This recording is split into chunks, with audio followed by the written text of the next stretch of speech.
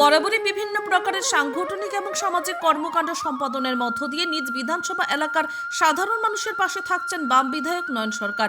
এরই মধ্যে আজ বামুটিয়া বিধানসভা কেন্দ্রের অন্তর্গত নবগ্রাম এলাকাতে বিভিন্ন স্তরের যুবকদের হাতে নানান প্রকারের ক্রীড়া সামগ্রী তুলে দেন বিধায়ক নয়ন সরকার। ক্রিকেট, ফুটবল সহ ভলিবল খেলার সামগ্রী বিভিন্ন স্তরের যুবকদের হাতে তুলে দিয়ে বিধায়ক নয়ন সরকারের বক্তব্য হচ্ছে, নতুন প্রজন্মের প্রতিনিধি যারা রয়েছে তারা যাতে প্রকৃত অর্থে নেশা থেকে মুখ ঘুরিয়ে খেলার মাঠে ফিরে আসে তার জন্য এই উদ্যোগ।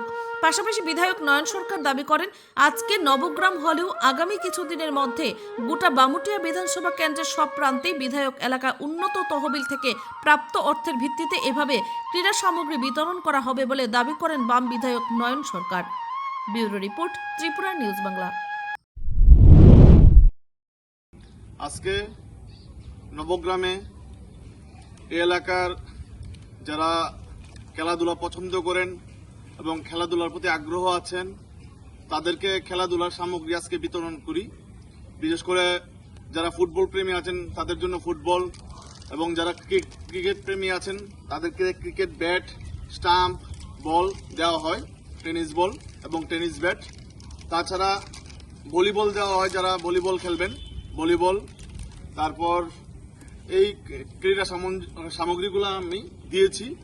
পর্যায়ক্রমে বামুটিয়া বিধানসভা বিভিন্ন এলাকাতে এইভাবে খেলার সামগ্রী দিয়ে যাব।